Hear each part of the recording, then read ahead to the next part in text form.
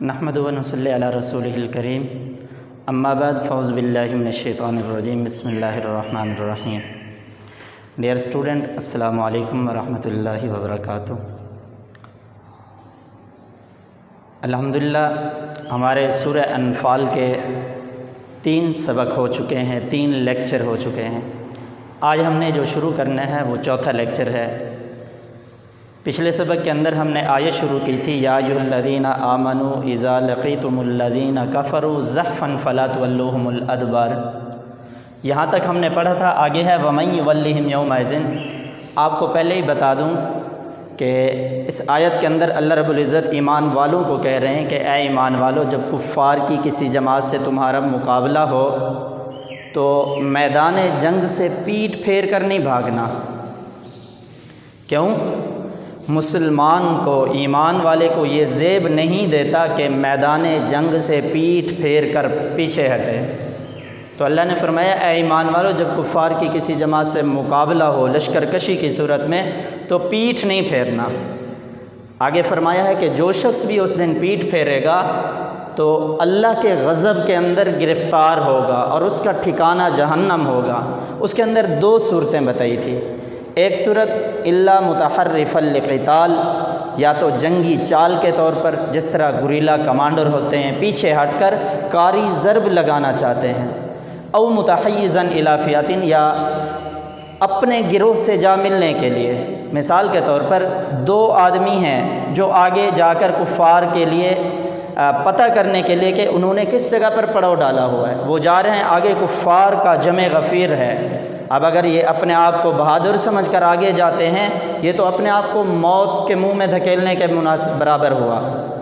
بہتر ہے کہ وہ پیچھے ہٹ جائیں، جو ان کا گروہ آ رہا ہے یا ان کے مجاہدین آ رہے ہیں یا ان کی فوج کے دستے آ رہے ہیں، ان کے ساتھ مل کر پھر کفار پر حملہ کرنا چاہتا ہے تو پھر یہ ان کے لیے بہتر ہے۔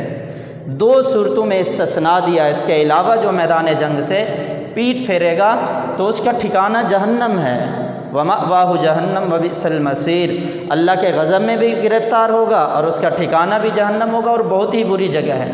تو آئیے، پہلی آیت تو پڑھ لی تھی یا ایھا الذین آمنوا۔ ویسے میں نے وہی آیت نیچے، کیونکہ مشقی سوالات کے اندر وہ آیت آتی ہے، یہ نیچے لکھی ہوئی ہے، یہاں سے ترجمہ دیکھ لیں، پھر آگے سے جو شروع ہو رہا ہے وہ دیکھ لیں گے۔ یا ایھا الذین آمنوا، اے ایمان والو، اذا لقیتم الذین کفروا زحفا، جب کفار کی کسی جماعت سے تمہارا مقابلہ ہو تو پیٹھ نہ پھیرنا۔ آگے کیا فرمایا؟ وَمَن يُوَلِّهِمْ يَوْمَئِذٍ دُبُرَهُ، اور جو شخص بھی اس دن پیٹھ پھیرے گا، دبر کہتے ہیں پیٹھ کو، جو شخص بھی اس دن پیٹھ پھیرے گا، الا، یہاں سے استثناء کر دیا، یعنی کہ ایسے آدمی جو یہ کریں گے متحرفا لقتال، مگر جنگی چال کے طور پر، او متحیزا الی فئۃ، یا اپنے گروہ سے جا ملنے کے لیے، فقد باء بغضب من اللہ، فقد باء، پس وہ اللہ کے غضب میں گرفتار ہوگا، ومأواہ جہنم، اور اس کا ٹھکانہ جہنم ہے۔ مأوا کا مطلب ہے ٹھکانہ، اور اس کا ٹھکانہ جہنم ہے۔ وبئس المصیر، اور بہت ہی بری جگہ ہے۔ کیا فرمایا؟ جو شخص بھی اس دن پیٹھ پھیرے گا، آگے 2 صورتوں کا استثناء کر دیا۔ پہلی کیا ہے؟ جنگی چال کے طور پر پیچھے ہٹنا چاہتا ہے، یا اپنے گروہ سے، اپنے مجاہدین کے دستے سے یا اپنے فوج کے دستے سے جا ملنے کے لیے، تاکہ مل کر کاری ضرب لگائیں گے، حملہ کریں گے۔ ان 2 صورتوں میں پیچھے ہٹ سکتا ہے۔ اس کے علاوہ پیچھے ہٹے گا تو فقد باء بغضب من اللہ، وہ اللہ کے غضب میں گرفتار ہوگا، ومأواہ جہنم، اور اس کا ٹھکانہ جہنم ہے، وبئس المصیر، اور بہت ہی بری جگہ ہے۔ آگے اللہ نے فرمایا فلم تقتلوہم ولکن اللہ قتلہم، اے پیغمبر صلی اللہ علیہ وسلم، تم نے ان کو قتل نہیں کیا کفار کو، ولکن اللہ قتلہم، لیکن اللہ نے ان کو قتل کیا۔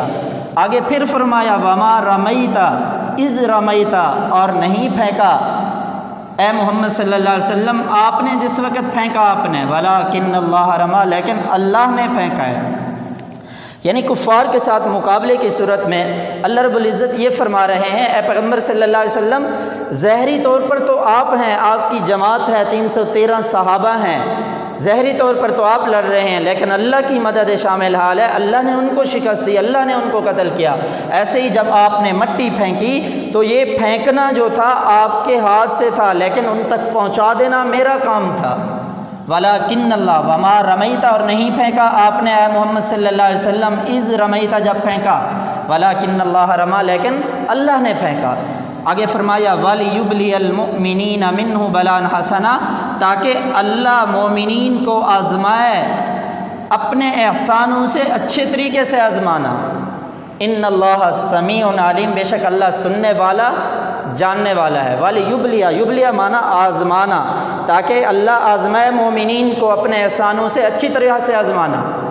ان اللہ سمیع علیم، بے شک اللہ سننے والے جاننے والے ہیں۔ آگے فرمایا ذالکم وان اللہ موہن کید الکافرین، یہ اس وجہ سے کہ بے شک اللہ کافروں کی تدبیر کو کمزور کرنے والے ہیں۔ کیا؟ اللہ کافروں کی تدبیر کو کمزور کرنے والے ہیں۔ آگے والی آیت ان تستفتحوا فقد جاءکم الفتح، اس آیت کے اندر پہلے آپ سن لیں، اللہ رب العزت کفار سے فرمائے اے کافرو، اگر تم محمد پر فتح چاہتے تو فتح تو تمہارے پاس آ چکی تھی۔ دیکھو مسلمانوں کی تعداد 313، کفار کی تعداد 1000، پھر بھی دیکھیں 313 کے اوپر 1000 حاوی ہو سکتے۔ فرمایا اگر تم اے کافرو محمد پر فتح چاہتے تو فتح تو آ چکی تھی، ہاں اگر تم اپنے افعال سے باز آ جاؤ، اپنے کرتوتوں سے باز آ جاؤ، یہ تمہارے لیے بہتر ہوگا۔ اگر پھر تم مسلمانوں کے لیے گندی سوچ رکھو گے، مسلمانوں پر دوبارہ حملے کرنے کی کوشش کرو گے، ہم پھر وہی طریقہ آزمائیں گے، تمہیں عذاب دیں گے۔ وہی آیت ہے ان تستفتحوا، اے کافرو اگر تم محمد صلی اللہ علیہ وسلم پر فتح چاہتے ہو، فقد جاءکم الفتح، فتح تو تمہارے پاس آ چکی ہے۔ وَإِن تَنْتَهُوا، اگر تم باز آ جاؤ، فَهُوَ خَيْرٌ لَكُمْ، یہ تمہارے لیے بہتر ہے۔ وَإِن تَعُودُوا نَعُدْ، اگر پھر دوبارہ تم اس طرح کرو گے، نعود، ہم بھی تمہیں عذاب دیں گے۔ آگے فرمایا وَلَن تُغْنِيَ عَنْكُمْ فِئَتُكُمْ، وَلَن تُغْنِيَ عَنْكُمْ فِئَتُكُمْ، ولن تغنی عنکم فئتکم، ہرگز نہیں نفع دے گی۔ ولن کا مطلب ہے ہرگز نہیں، تغنی عنکم نہیں نفع دے گی تم کو، فئتکم تمہاری جماعت، ہرگز نہیں نفع دے گی تم کو تمہاری جماعت کچھ بھی، شیئن کا مطلب ہے کچھ بھی، ولو کا صورت اگرچہ وہ جتنا زیادہ ہیں، یعنی کفار کی تعداد کا کثیر ہونا آپ کو ہرگز نفع نہیں دے گا۔ وَأَنَّ اللَّهَ مَعَ الْمُؤْمِنِينَ، کیونکہ اللہ رب العزت کی ذات جو ہے وہ مومنین کے ساتھ ہے۔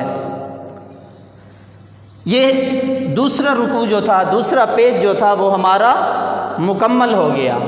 اب آگے مشقی سوال ہیں، پہلے الفاظ معنی آتے ہیں تو الفاظ معنی دیکھ لیں، دوبارہ ایک دفعہ ترجمہ آخر میں کر لیں گے۔ یغشی الفاظ معنی ہے الکلمات والتراکیب، اگر آپ نے کتاب کھولی اس کے اندر دیکھ لیں، پہلا لفظ ہے یغشی، یعنی اللہ ڈھانپ دیتا ہے، طاری کر دیتا ہے، یعنی جب اللہ نے ان کی تسکین کے لیے، ان کے سکون کے لیے نیند کی چادر اڑا دی۔ یغشی معنی ڈھانپ دینا، طاری کر دینا، النعاس اونگ کو، غنودگی کو، یعنی جب انسان کو تھوڑی سی آنکھ مل جاتا ہے، غنودگی آ جاتی ہے تو اس کے بعد حشاش بشاش ہو جائے۔ رجز الشیطان، شیطانی نجاست کو۔ الاعناق گردن، جمع الاعناق عنق کی جمع ہے، یغشی معنی طاری کر دیتا ہے۔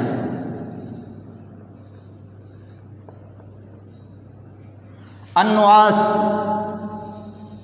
اونگ،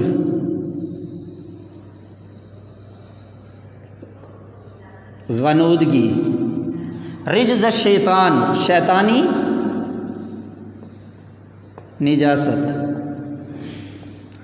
الاعناق عنق کی جمع بمعنی گردن ہے۔ زحفاً لشکر کشی کی صورت میں،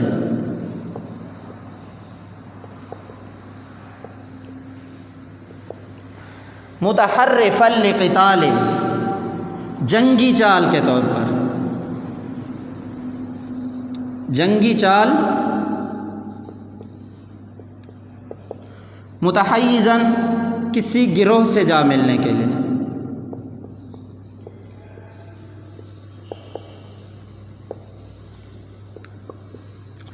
رمیتا تو نے پھینکا،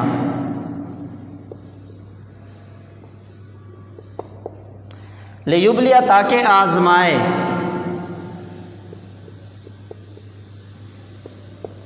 موہن مانا کمزور کرنے والے،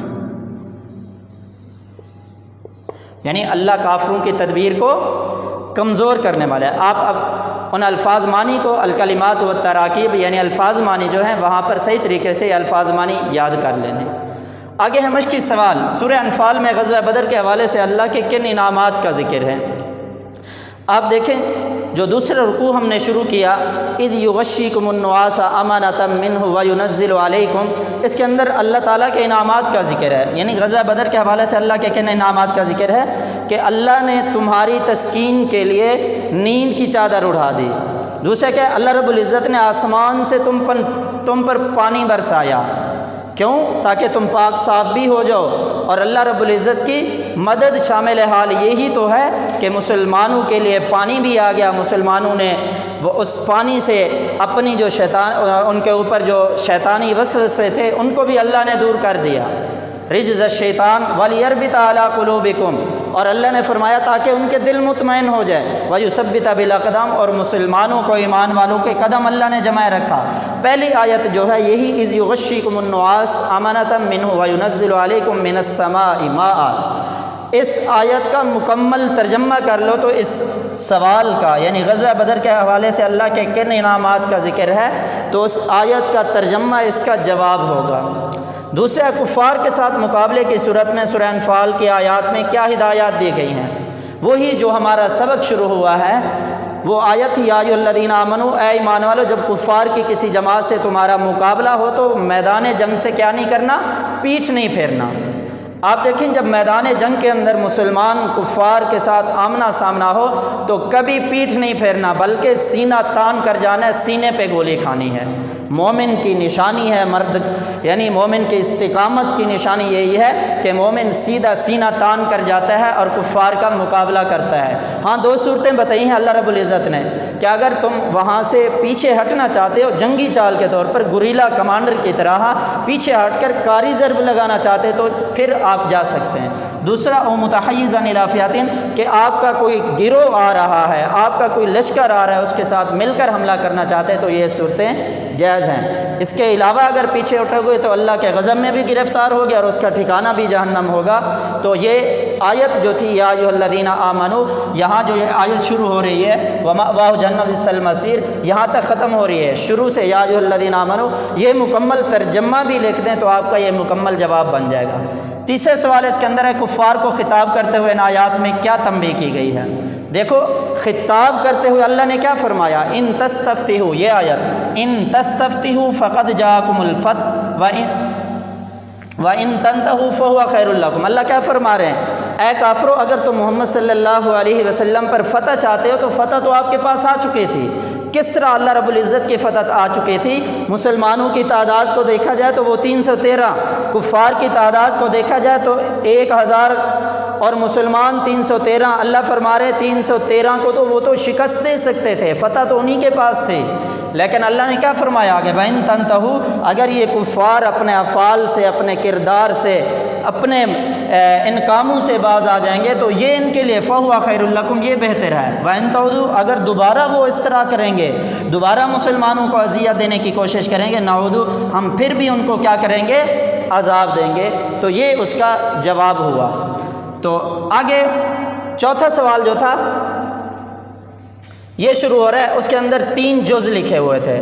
پہلا جز تھا یا ایھا الذین آمنوا اذا لقیتم الذین کفروا زحفا فلا تولوہم الادبار، کہ اے ایمان والو جب کفار کی کسی جماعت سے تمہارا مقابلہ ہو تو کیا نہیں کرنا؟ لشکر کشی کی صورت میں فلا تولوہم الادبار، تو پیٹھ نہیں پھیرنا۔ دوسری آیت اس میں تھی وما رمیت اذ رمیت ولکن اللہ رما، اور نہیں پھینکا آپ نے، وہ آیت دیکھنی ہے تو یہ ہے وما رمیت اذ رمیت ولکن اللہ رما، اور نہیں پھینکا آپ نے اے محمد صلی اللہ علیہ وسلم اذ رمیت، جب پھینکا آپ نے، ولکن اللہ رما، لیکن اللہ رب العزت نے پھینکا۔ آگے چوتھا جز، تیسرا جز جو اس کے اندر لکھا ہوا ہے، الف جز تو یہ ہو گیا یا ایھا الذین آمنو، اور بے جز ہو گیا وما رمیت اذ رمیت ولکن اللہ رما۔ اور تیسرا جو ہے اس کے اندر وَلَن تُغْنِيَ عَنْكُمْ فِئَتُكُمْ، اور ہرگز نہیں نفع دے گی تم کو تمہاری جماعت، فِئَتُكُمْ تمہاری جماعت، فِئَہ کہتے ہیں جماعت کو، شیئاً کچھ بھی، ولو کا صورت اگرچہ وہ زیادہ ہیں، کس وجہ سے ان کی جماعت کا کثیر ہونا نفع نہیں دے گا؟ کیونکہ وَأَنَّ اللَّهَ مَعَ الْمُؤْمِنِينَ، اللہ کی مدد جو ہے وہ مسلمانوں کے ساتھ ہے۔ اللہ رب العزت کی مدد مومنوں کے ساتھ جب ہوگی، وہ کب مسلمانوں پر کیا ہے حاوی ہو سکتے ہیں یا فتح حاصل کر سکتے ہیں، اس وجہ سے اللہ نے فرمایا۔ تو یہ آپ الفاظ معنی صحیح طریقے سے دیکھ لیں گے، اور یہ 3 سوال اور چوتھا سوال اس کے اندر اس کے 3 جز ہیں، ان تینوں کا ترجمہ دیکھ لینا ہے۔ اللہ تعالیٰ عمل کرنے کی توفیق عطا فرمائے۔ السلام علیکم ورحمۃ اللہ۔